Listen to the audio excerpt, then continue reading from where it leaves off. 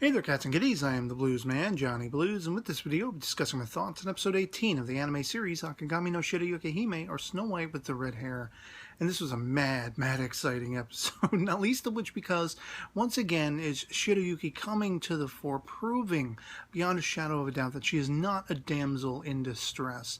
She takes effectively command of this, being held captive scenario with Kazuki on the Claw of the Seas vessel. The strategy behind that, once again, showing that Shirayuki does not have to be saved necessarily. She has her own strength. She is somebody you can really aspire toward, and that's what is most inspiring about this series with her character, especially, of course, as we see, they don't get too far because the Claw sort of pirate captain woman is kind of just observing the scene, like maybe she was waiting for them. I don't know exactly. She was just going to let them have that false hope of being able to escape.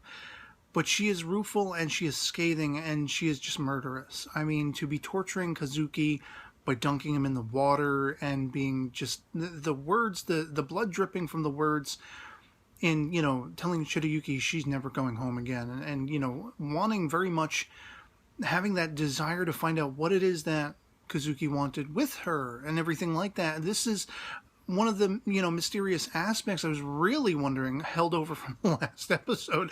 Why does everyone want Shirayuki? Is there some kind of, they're trying to return her to family she never knew she had, all that kind of stuff, as I was speculating. And I really love the reasoning behind why Kazuki really did this. It's largely sort of fallen on him to be the reason why any of this has happened. And it's because, he had been given a position of sort of semi-prosperity, pseudo-prosperity, if you will.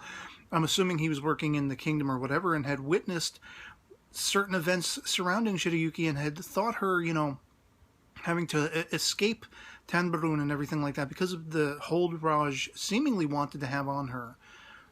And so Kazuki's motivation was to rescue her and bring her into an environment, the lions of the mountain here are a bunch of people who are sort of the downtrodden, the refuse, the outcasts of society, but they all have these honorable intentions and they've tried to make a better world for themselves off on their own, make themselves a community amongst themselves.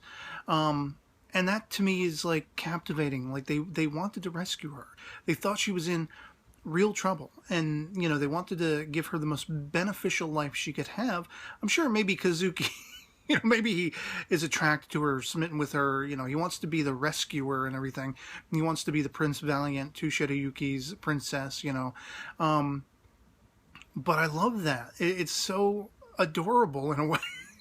Like he thought he was going to be her protector and savior and all that kind of stuff. And I love that. And what really excited me, throughout this episode was seeing all of these people, all of these differing factions coming together by the culmination. From Obi with, the cat who's basically, they run into the Lions of the Mountain and they exchange all their information. You have Raj and Zen and their party and Mihaya's there and everything like that. And Zen, unbeknownst to me, like for some reason I had completely forgotten that he had sent the bell along. And that Obi was carrying this, and it was probably going to play into Keyhull's birds and everything like that, the trained birds. And I love how that came together. They were able to find where Obi was.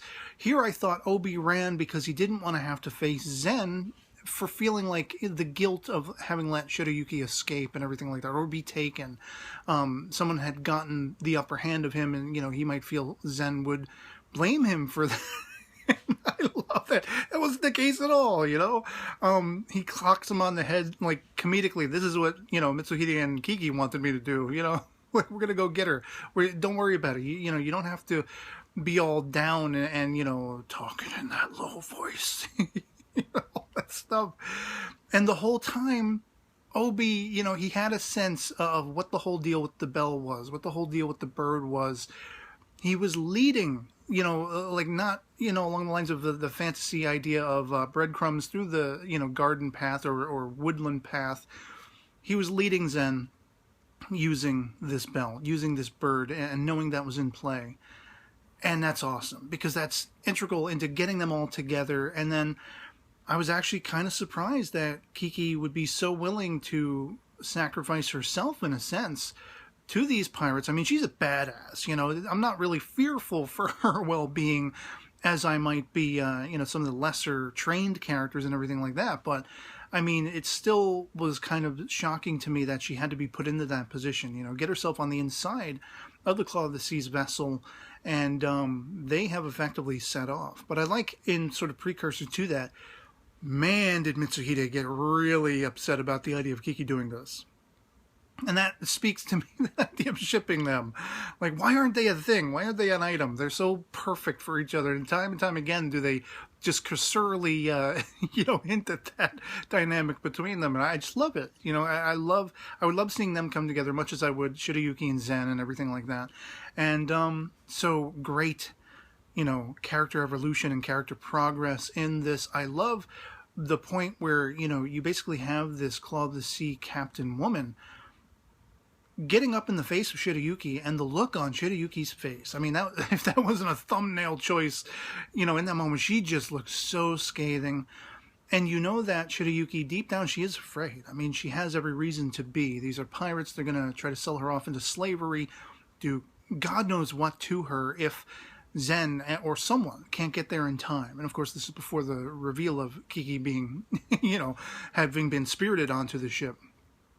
And I love that she is so courageous. Again, it's one of those things where she's not a damsel. She's not to be saved. She's not a weakling. She has command of her life, and she's really making as many, you know, judgments and sort of choices as she can to have the most beneficial life. And I like that in the last couple of episodes, she was sort of brought to the point of, you know, questioning, why don't I miss Zen? Am I really having that much fun and all this kind of stuff? She's experiencing things much more sort of worldly than she ever has before.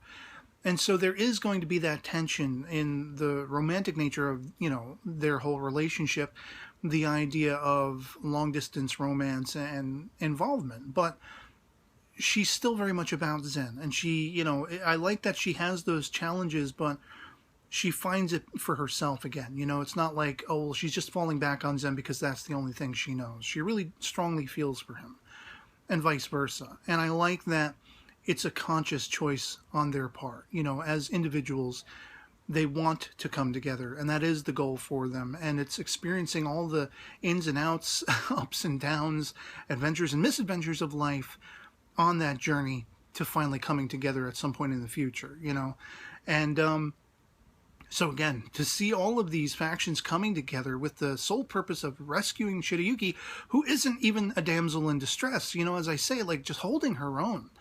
And it really made me feel for Kazuki as well, because he had just the most honorable intentions. He wanted to kidnap her, spirit her away, because he felt she was in danger. And he wanted to make a better life for her, as has been gifted to him by Pops, the leader of the Lions of the Mountain. And it's just this whole episode had me excited, had me grinning. I love it. In entertainment, on whole, but I mean, even, you know, especially in anime, how often do you find characters that are badass, but they're also honorable? They also have a good sense of pride and morals and values that aren't preachy or up in your face. You know, they're just really good, genuine people who have the strength to deal with whatever life throws at them. You know, I mean, I can't think of any off the top of my head. But yeah, again, love it or hate it, anything goes in the comments below. Our POVs can certainly disagree. If you didn't find this episode as exciting as I did, let me know in the comments, you know, why that is. If you did love it, tell me all the things you loved about it. And so yeah, otherwise that'll be pretty much it for me on this. Hope this video finds you well, and I'll catch you all later. Peace.